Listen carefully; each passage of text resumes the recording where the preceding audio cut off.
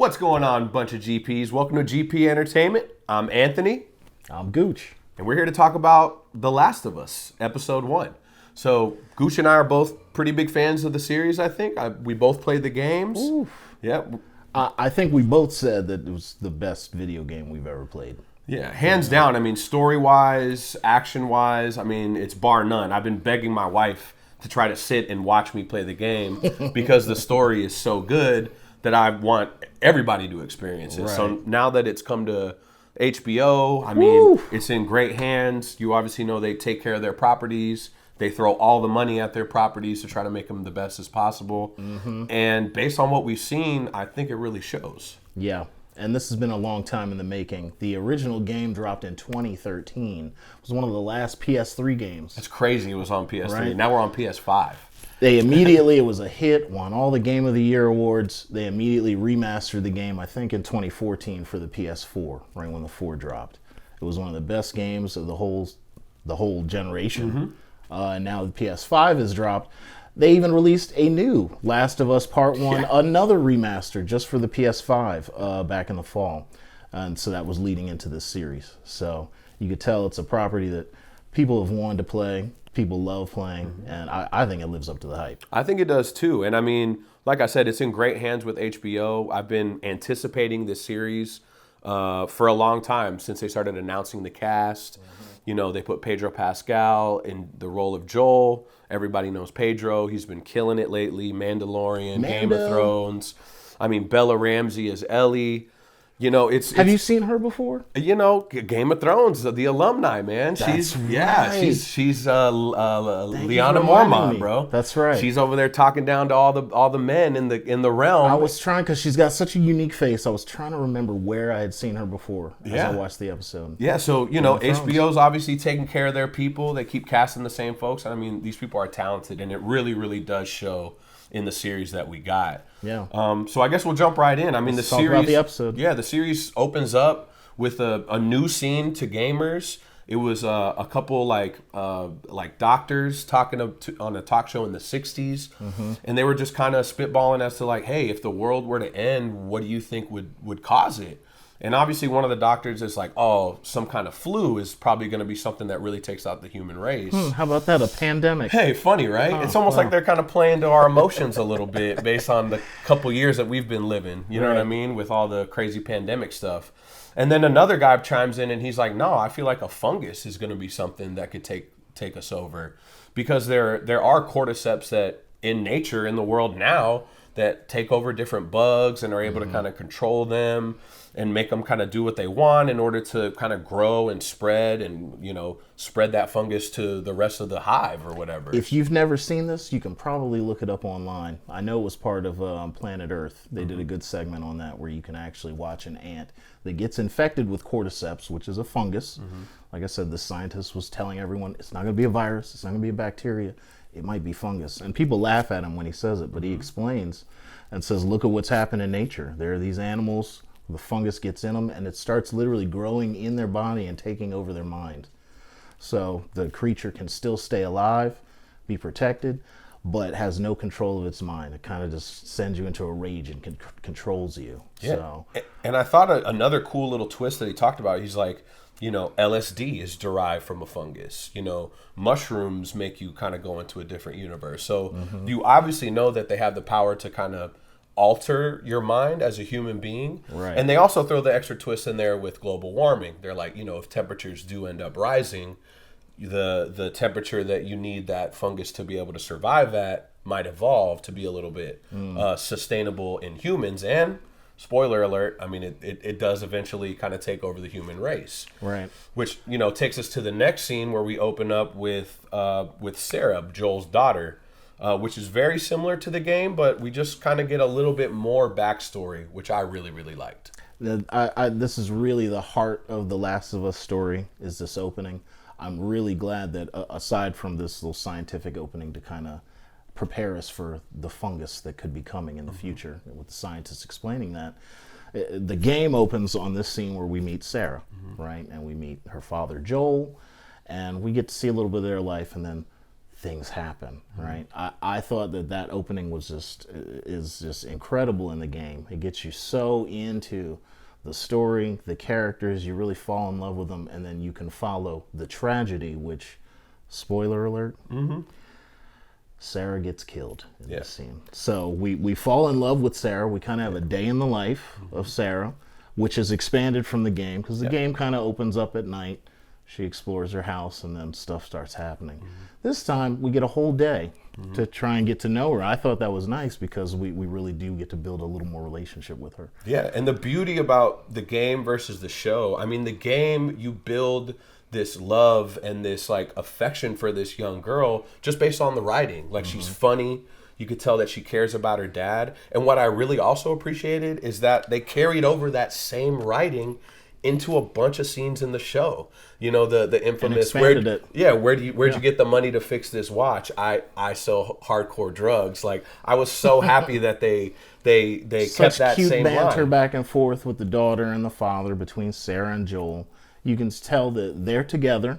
It's just them. There's no mother in the picture, and they really take care of each other. She wakes him up in the morning to go to work and makes breakfast. Yeah. And he comes, I mean, what kid makes breakfast for the parent? Exactly. And it's like, Dad, it's your birthday. We want to celebrate your birthday. I'm so excited for you. Right, you just get that feeling. Like, it's like, oh, they really love each other. This is great. You know, and I also love the little peppering of the cordyceps starting to take hold of humanity. You see little glances of it. One of the scenes that they added in is you get to see Sarah go to school and kind of live her day. Yes. When in the game you open up at night when kind of all the stuff's hit the fan, and she sees one of her classmates like twitching. Her bracelet catches the light and she sees her hand kind of moving crazy. And then eventually she has a really interesting relationship with her neighbors. There's like an elderly lady next door, and she goes over and kind of just sits with her and keeps her company. And then obviously this elder lady is most likely immunocompromised, and you see her starting to take effect.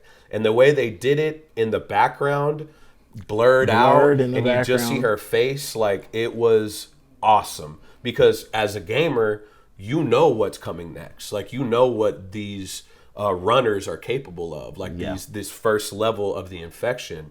And eventually, as people that are watching the show, you find out as well.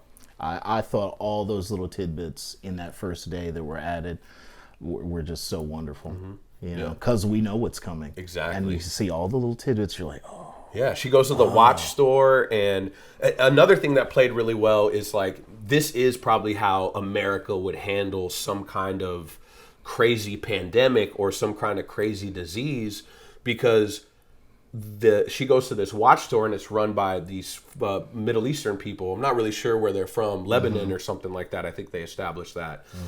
And there, you kind of hear little news reports throughout the day. You see like the military driving in the background of shots, and you're kind of like, okay, something's going down. But what's going on? And planes flying by. And then she's in the background of shots. You got cops driving down the street with the sirens going. They're building to something. Little things all day long that the characters just kind of like, huh?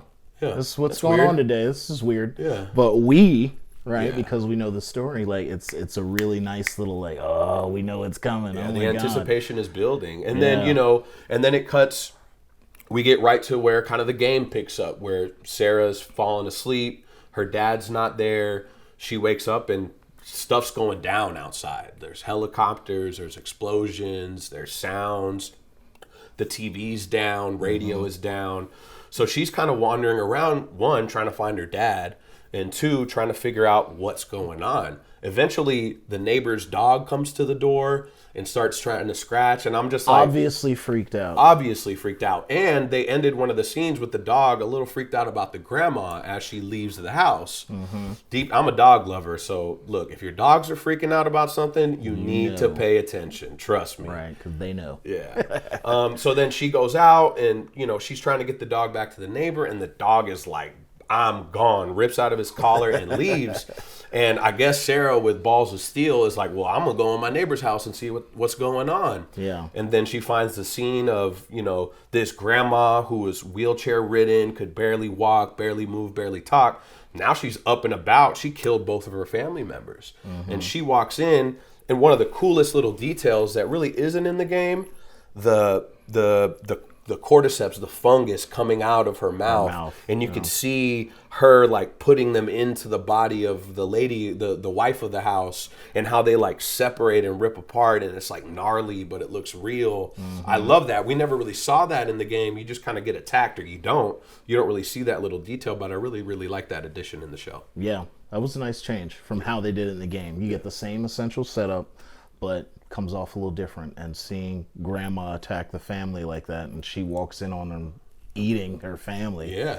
It's crazy. Yeah. And it's almost wild to think that like the cordyceps almost healed her physical ailments in order to make her more efficient of a spreader of the cordyceps themselves, or of the fungus. Because she gets up and she comes out the door, and eventually Sarah gets out of the house, and Joel finally pulls up with his brother in the truck. He knows stuff is going down. He's trying to get Sarah in the truck, and then Grandma comes out and books it right towards him. So Joel has no choice but to, kind of take her out with this wrench that he has in his hand. And I think that's a really interesting moment as well. Yeah. Because you see how unprepared Sarah is for what's to come. She's scared. Yeah, she's scared. She's worried. Cries. She has a heart. She knows these people. Like, why did you kill? I forgot the name of the grandma at this point, but she's like, oh my God, you killed her. Like, that's crazy. And she obviously knows that she kind of had to do that. And she knows that Joel had to do that, but it still really affects her. And then they jump in the truck, and from somebody that loves the games, they played it just like the game. Yeah. Like, them pulling up to that road sign and taking the right instead of the left, pulling up to the highway that's all blocked off, and then like juxtapositioning and running onto the field and trying to get away. Pulling past their neighbor's house that's on fire. Yeah, Jimmy's place. That's Jimmy's place. Pulling past a family that's on the side of the road. They're stranded. They're yelling, help, help. He's like, keep going. Do not stop. Which is a little subtle hint as to, you see that Joel is ready for this world that's coming, and this reality that's going to be on the other side of the coin of this, apocalypse basically that's happening to everybody. Yeah. So I loved how that played out. It was really nice seeing some of the same shots from the game, because that is a really riveting moment of the game where you're like, yo, what is happening? What's going on? Oh my God. And shout out to the director, shout out to all those extras that were in that big, like, they eventually end up in the city trying to kind of maneuver around to get to a certain place so they can get out. And they eventually make it to like one of the city centers. And if I remember correctly, I think a lot of it is a oneer. Right. And there's pure chaos happening in front of the truck. So shout out to the direction, shout out to all those extras, shout out to however many takes that probably took. But it was phenomenal. You feel the confusion, you feel the chaos. And I also love eventually they end up crashing and having to kind of go their separate ways. In the game, they get hit by a car. But in the show, I think they did it a little better with the jetliner crashing. And then the front wheel from the jetliner is the thing that causes the accident. Just way more impactful, and it feels bigger because, like, jets are falling out of the air So I know you were probably thinking at that moment, the game was incredible. How did they take this to the next level? And that's awesome. Yeah, and they did. Right. I mean, they just expanded the scale, but also made it more intimate in a way, which is beautiful to do. Like, shout out to I think Mazin is the name of one of the other showrunners. We should shout out the creators. Neil Druckmann, who created the game. Yeah, shout out to him. It's his baby. What a great story. What a great way that he's pursued it. Very non-conventional, but grounded and real. And Craig Mazin did one of the best limited series I've ever seen, which was on HBO called Chernobyl. Won multiple Emmys, very deserving. I mean, it's incredible filmmaking. So I was really excited to see him jump onto this project with the original creator, Neil Druckmann, of The Last of Us, to make the TV show. Yeah, and there's something to be said about taking heed of the original content. I think we're in a time now where different networks or different streaming services are sucking up all the content that they can, and they just don't pay it respect. You know what I mean? Like, we're sitting here talking about scenes that are literally line for line from the game and how much we appreciate that they did it. yes, they did make changes, but the changes were justified and welcome, and they expand the story. They're not done because people didn't like the story in some way, so they want to, like, some writer wants to kind of make it their own. They paid respect to it. Obviously, it's only the first episode. We don't really know how the rest of the story is going to go, but I imagine that it's gonna pay a lot of respect to the story that we all know from the game. Mm-hmm. And so the night continues. They do try to escape the city and ultimately end up in the hands of a federal soldier who stops them kind of at the edge of where they're trying to run. And Joel keeps telling them, we're not sick. We're not sick. And you can see that the soldier's getting some instruction. He's like, what? What? Oh, God. So he's being told something that he doesn't like to hear. And we eventually glean that he's been instructed to kill them. Don't take any chances. They could be sick. Shoot them. So he starts approaching them, and that's exactly what he does, which plays out just how it does in the game. Yeah. And ultimately, Tommy, Joel's brother, shows up just in time to kill the soldier before he can kill Joel. But he's already let loose on his automatic weapon. Yeah. He's shot his daughter. His daughter's bleeding out on the ground. And we have a very emotional scene that Pedro Pascal just kills. You can just feel his pain as he watches his daughter die in his arms. And this is the tragedy that this whole story is built on. Like I said, this is really the heart of The Last of Us and Joel Miller's journey. Joel and Ellie kind of becoming the ultimate characters here. We haven't met Ellie yet, but... Yeah. And shout out to the actress who played Sarah, Nico Parker. She did phenomenal, man. Like, so powerful, like her death scene. Like, what emotion to play with, what a moment to be involved in. She did such a good job. I also love that they kind of mixed up the races a little bit.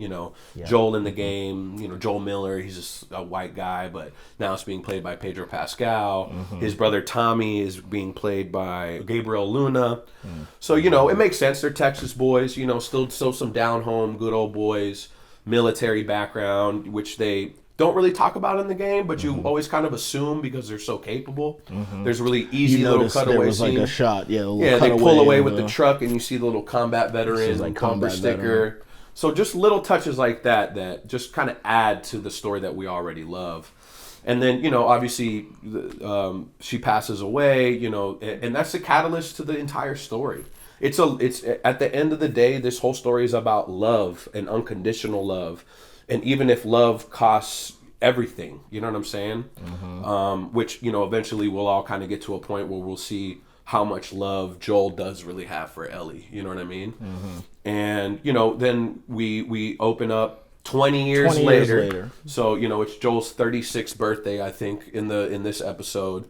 So, Joel's 56 years old now. He's in a quarantine zone. And I also thought how they did that change was pretty cool, where they showed the kid with the oversized shoes who was obviously like walking for however God knows how long just to try to get to a quarantine zone. Bro, that scene was brilliant. I don't want to get too far ahead in the story, but as you know, in the game, there are some moments that just will make your jaw drop. And the story like, oh, what? Right. That's how I felt with this intro to the Boston quarantine zone. So now we're 20 years in the future. You see a kid wandering down the just completely decimated streets until he gets clearly a military blockade. So now they've quarantined the whole city. They're protecting. They come and get this kid. They bring him in. There's a tender scene with, I thought, a perfect choice of a black woman. Oh, it was playing great. The motherly type who is just sweet and just looks him in his eye and says, "Are you okay? Don't worry, honey." And you notice, we know what's going on here. I don't know if other people did who didn't play the game, but a gentleman comes up behind the kid and he just kind of puts a little device to his neck. Beep, beep, beep. And you see that the device turns red in the background. That's all we see, right? And she says, "It's going to be okay. We're just going to give you some medicine and then you get to eat your favorite food." Right. We'll give you all the toys. You get to eat your favorite food. Cut to a few minutes later. We're in the zone.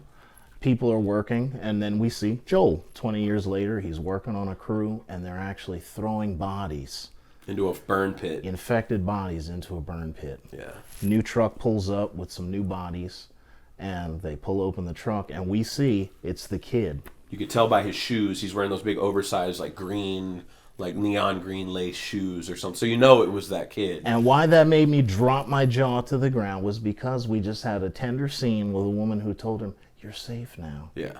You're protected. You're going to be okay." And I was like, wow. Which is also a really Wow. really smart way to introduce the savagery of Fedra, like the federal government that kind of runs all the quarantine zones, that's kind of in charge, who are juxtaposed by the Fireflies, who are kind of this rebel militia group who are trying to reestablish democracy and the people's rule. And, you know, they're kind of on their own mission, which involves, you know, which we eventually meet Ellie, who's kind of chained up in a Firefly base or something like that. And they obviously have had her for a few days, and she's very stressed out because she's been locked up for weeks or whatever it's been. And they just keep coming in and asking her the same questions because after we find out that the leader of the Fireflies in that division, Marlene, knows who Ellie is and is, I guess, just waiting for her to be honest, because she continues to lie about her name and these kind of things. We end up meeting Tess in a pretty interesting way, very different than the game. She's getting interrogated by Robert, who's also in the game.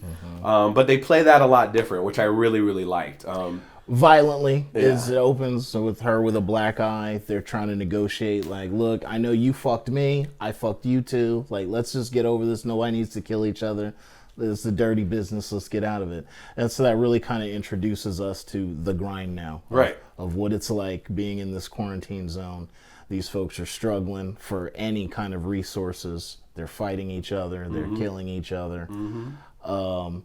Yeah, I really like the way that they played that a little bit differently. Yeah, and then you see, then they like open to the fire. The car bomb basically goes off. So she's like in some basement, and she's like has these two goons behind her. She's talking to Robert, and then, you know, she's trying to negotiate her escape, and then boom, you know, cuts to the white noise, you know, dust everywhere, and the Fireflies set off a car bomb right by the building. Unintentionally, just kind of how it happens. Very different from the game, but I really like what they did there. I like that, yeah. And then she gets taken by Fedra because they think she's a Firefly, so she gets locked up for the night, and then it cuts back to Joel, and Joel's just getting lit, bro. Like, and you the way that I interpreted it is like, this is this poor man's nightly routine just to be able to go to sleep. You know what I'm saying? Like, not to mention what we've seen him go through with his daughter, but who knows what he's been doing for 20 years. The grime, the dirt,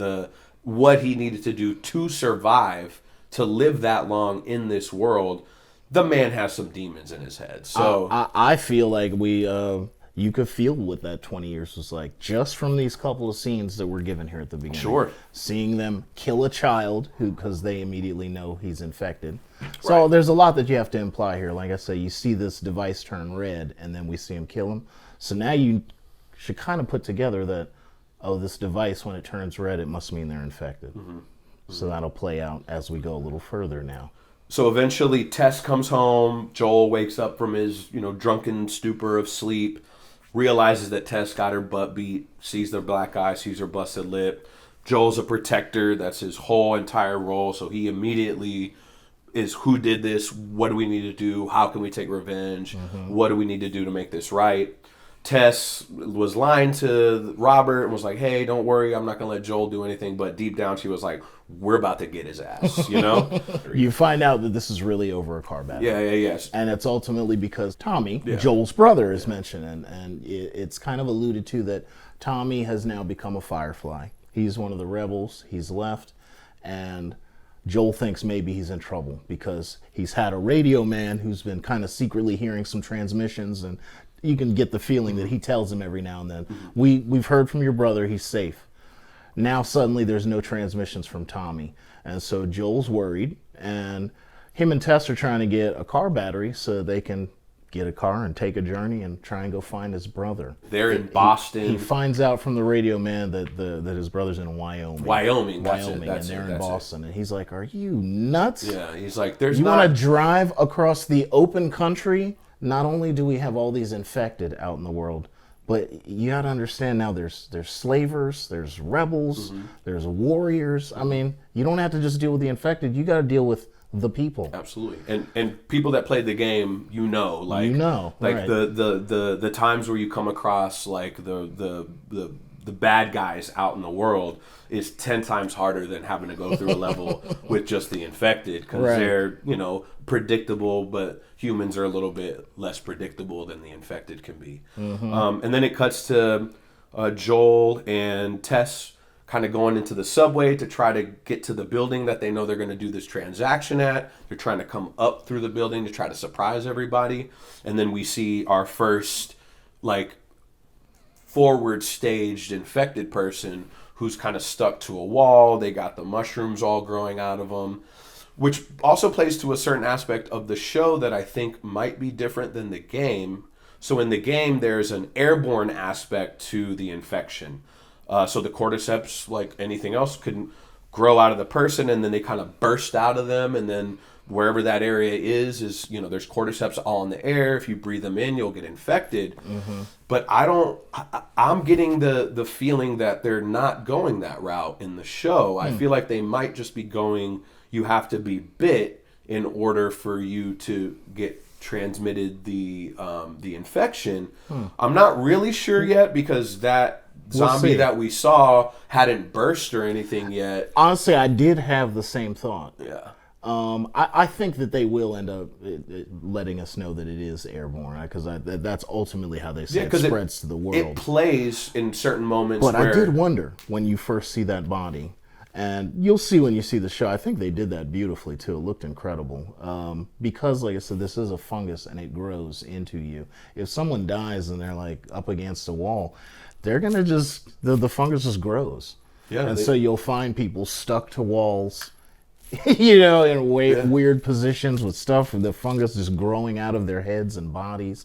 Yeah, I heard a pretty cool theory that the people die and they just probably die on the ground, and then the cordyceps come out of them and grab onto the wall and bring them up onto the wall. Yeah, I believe which we never really seen in the game, and we haven't seen it in the show, but I think that would be pretty interesting to kind of explore a little bit more, because it does, look a little bit interesting, and it does show like the intelligence of this fungus or whatever, you know what I mean? Like it has like a mission. It wants to make itself the most efficient it can be. So then we get past that little zombie part. They make it into the building where this transaction's happening. They come up through like a false wall or something. They're kind of coming up like a little like secret path, and they're kind of trying to get into the room, and then Joel realizes like, bro, it smells like gunpowder in here. So there was obviously a gunfight, of blood and she can't open the door. So eventually, boop, she pushes the door open. We cut to Robert, domed, like he's got a shot to his head, which is very different from the game. Bodies everywhere. It's like, oh, what happened? Yeah, you were like, what the hell's going on? And then they're this is totally different than the game. 100% different. Right. They're not after Robert for a battery. That's not even part of the game at all. They're after him for, they stole their weapons or something like that. Right, yeah. So then they see the battery. They realize that it was a piece of shit to begin with. So Robert is just a straight scumbag and was trying to sell this battery that was never going to work twice. It's totally corroded. Yeah, totally corroded. Was never going to work. And then eventually down the hall, you hear like somebody's hurt.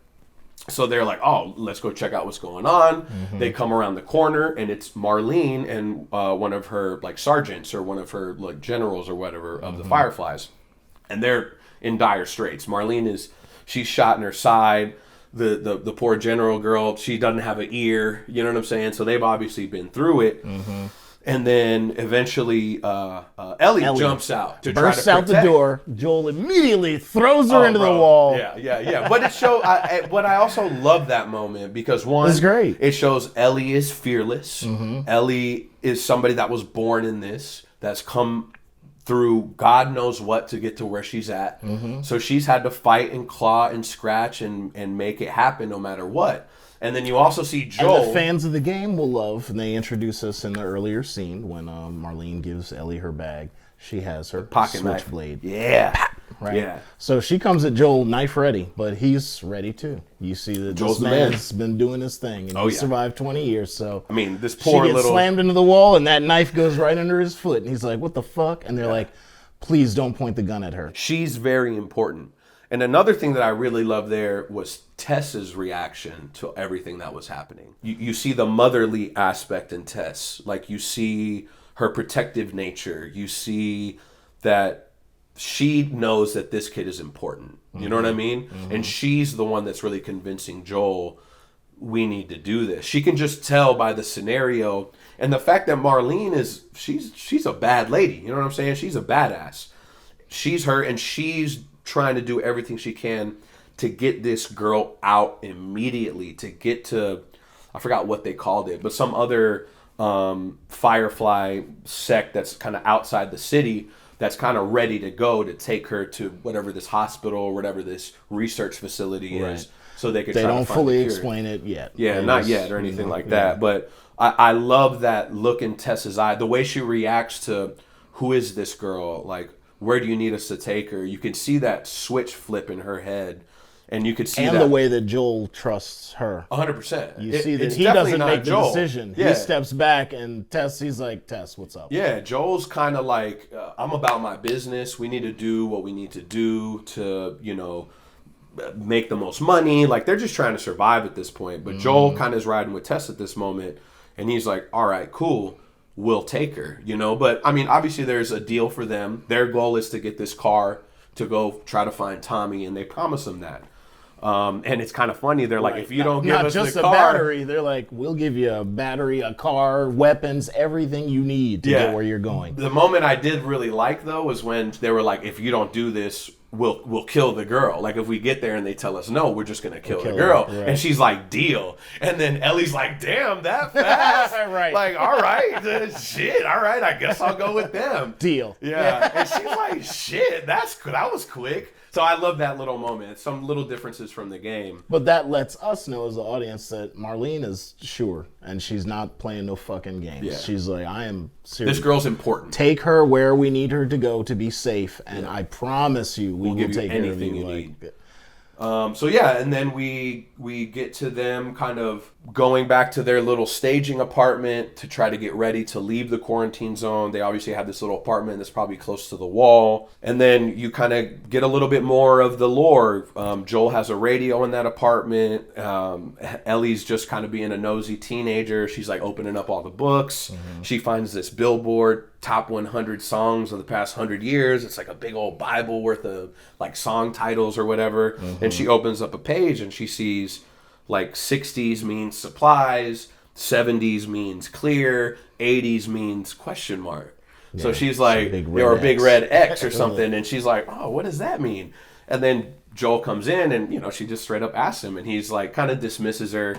And he ends up kind of taking a nap. Ellie's like, what am I going to do? He's like, you'll figure it out. So then Joel ends up crashing out, waking up. And Ellie's just kind of sitting there like reading the book. And then she shows how smart she is. She's like, oh, while you were asleep, the radio came on. He's like, what song was it?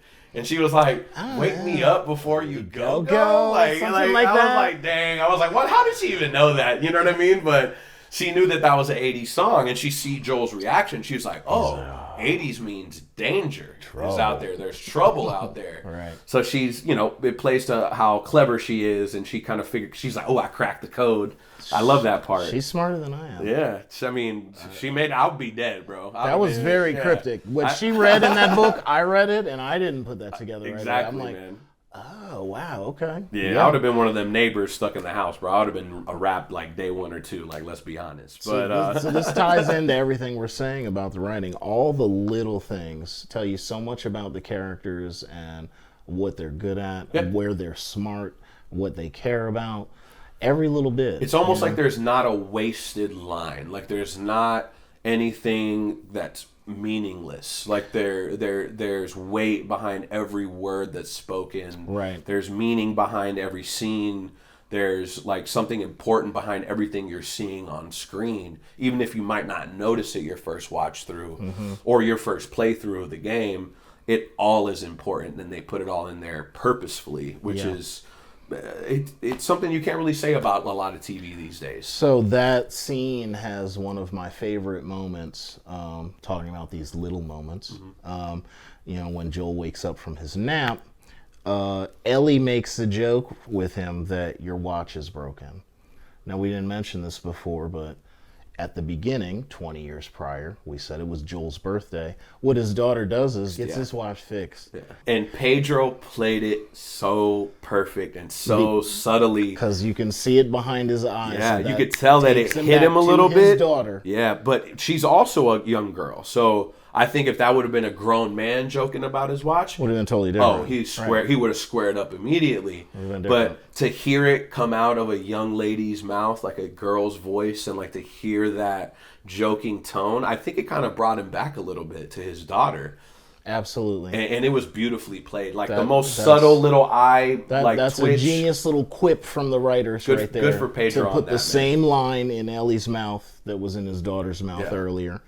And like you said, it's just the way he plays it. You can tell, like, dude, so this is the first moment of this locking in for this man who's faced tragedy, who loves so deeply with his daughter and loses her, and now he has to take care of this little girl on this mission. And now suddenly a little moment of like, wait, what? Exactly. Oh, no, it's not my daughter. Right? Yep. So continuing with the mission, right? They eventually leave the room. They get out of the quarantine zone. Now we're starting to get out in the real world. And you can tell this is not a normal thing that people do. As soon as they get out, Ellie's like, oh my God, the real world. Yeah, she's never been outside of the walls of the quarantine zone, which is so crazy to think about. Like, I guess she's 14 at this time. I think that's what she's supposed to be in the game. Like, the pandemic happened 20 years ago. She was born right in the middle of it. Pandemic. Yeah, man. So she doesn't know anything different. So she's blown away by being outside the walls. They got to drag her down because the spotlights are coming around. So Fedra soldiers are patrolling everywhere to make sure things are safe. Like he says, spotlights are shining everywhere. So they sneak through this area that looks pretty much just like it did in the game. The game, man. Like it was so they go through the pipe, like the lights. Like, right. I figured they were gonna cut to like her having to wait for it to go and then cross real quick. I was like, dang, man, like this is just out of the game, which I love, man. I love that. And then we get to a point where they accidentally come across a Fedra soldier who happens to be a same Fedra soldier that you meet a little earlier in the episode. Joel's kind of, he's wheeling and dealing. Joel's been doing some side deals with this guy. He's got some pillies on him, and this guy buys pills from Joel, which also shows the unhinged nature and the questionable, like, what's this guy going to do? Because he's on pills, like, he's a little bit shaky. Like, did he take his pill now, or is he jonesing right now? Like, so they come to a moment where, the soldier finds them, and he is pissed, and he's like, okay, we're going to do this by the book.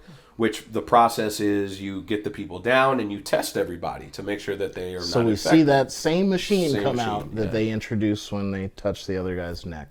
And very similar to the game, he puts them all on the ground. He tests.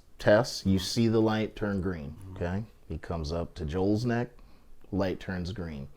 He comes up to Ellie's neck, and then... She doesn't let anything happen. She straight grabs her knife, stabs him right in the thigh, because she knows. She knows what it's going to say, that she's infected. So she stabs him in the thigh, and then they kind of tussle a little bit. They get separated, and then he has his gun up with the light again. He's holding it to Joel's face, and you see Joel fall back to that night with his daughter. Now you literally have what, like I said, they gave us the hint before. Now they very literally give us a flashback. So what you see is Joel now in front of Ellie protecting her, like, don't shoot. And we literally have a quick flashback of the soldier, just like this Fedra soldier, who's standing there with the light and the gun facing him and his daughter 20 years earlier. And Joel loses it. And he beats this soldier to death. To death. Yeah. To death. Punches him, beats his ass to death. So this is why I really loved that scene previously where we got the first little, like, oh, it made him think of his daughter. Now they're very obviously telling you, oh, he's thinking of his daughter, because they literally show the flashback. It's just a quick flash of like that moment right before the soldier shoots his daughter. And that's what makes him lose it. So already we're seeing where Joel's character is going to go. Like, he's been heartbroken. He doesn't want to have this attachment, but he's already like in protective dad mode. Inadvertently being attached to this young girl, because as much as he doesn't want it to, it reminds him of his daughter, you know? And then I think another cool thing that happens in that moment as well, which shows the big difference between Ellie and Sarah, is Ellie comes around the corner and is watching Joel beat this man to death with a smile on her face. Right. Because she Very knows, different than Sarah. well, she's born in this world, and she's never, I don't think this girl has ever felt 100% safe ever in her life, bro. Yeah. And Marlene, the Firefly general lady, the head of the Fireflies, when they're negotiating, she tells them, I need her to be with people like you because I know what you're capable of.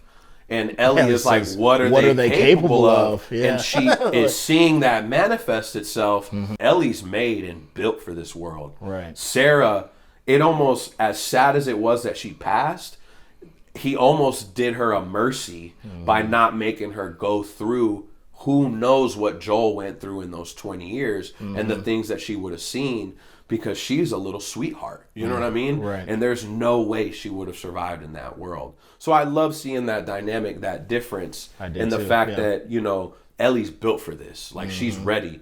Bro, she stabbed that dude without hesitation. You know what I mean? Yeah. Which is just a little sliver of what you're going to see throughout this season of television. And then the final little bit of the plot is revealed here. So Joel beats the soldier to death. And then they look over and notice that the machine, which, like I said, he had just scanned Ellie, and then she knocks it out of his hand. They look, it's red. And they immediately freak out. Yeah. Ellie says, I'm not sick. I promise you I'm not sick. I'm not sick. She shows her a wound. And yes, she shows that she's been bitten, but you can tell you it's not fresh at all. She says, I got bit 3 weeks ago. This is from 3 weeks ago. It looks totally healed. It takes people a day to turn at the longest. They see it, and so they're like, okay, I see it, but I don't believe this. And she's like, look, we don't have time to figure this out or explain now. Let's get out of here, but I promise you I'm not sick. Yeah. And you see them walk off into the distance. Beautiful shot of the lightning decimation strike of the city. You see the building leaning on the other building in the distance. I'm just like, here we go. And baby. You notice the clicker on top of a building. It's just one creature on top of the building doing it. Doing little twitches, man. You already know what's coming, man. Which you know from the game. So that was kind of a little shout out to us who know what they're about to face once they get out there in the world. And then they also play on the radio a Depeche Mode song, an 80s song. An 80s song. So, which also foreshadows trouble. Yeah, it's coming. A lot of trouble coming their way. And I'm excited to see where they go with it. I'm excited to see how tight they are to the game. I'm also really excited to see the little changes that they make, you know? Yeah, absolutely. Because I think the show's obviously in really, really good hands. They're obviously going to do it justice. And, I mean, I'm so happy that it's a week-to-week thing, man. I love these like events, you know? It's nice to have all the episodes drop at once and be able to watch it all, but I think it makes it a little bit more special that these next 9 weeks are going to be like totally Last of Us. Everyone's going to be talking about it. Every time a new episode is going to come out, you'll hear us talking about it. The bar that they've set with the first episode is high. Is very high. Man, we're about to go on the right journey. This is exactly fastest what hour and a half of my life. I honestly thought it was an hour long. And then I paused. I was like, oh man, I was a little over an hour and a half. I was like, wow, that flew by. So, I mean, I'm looking forward to seeing what they do with the rest of the series. I mean, we'll be back next week with our review of episode 2. There's some pretty crazy moments coming, guys. So, be ready, be prepared. Thanks for joining us today, guys. Thanks for sitting and watching this review. Like we said, we'll be back next week, and that's a review of episode 1 of The Last of Us.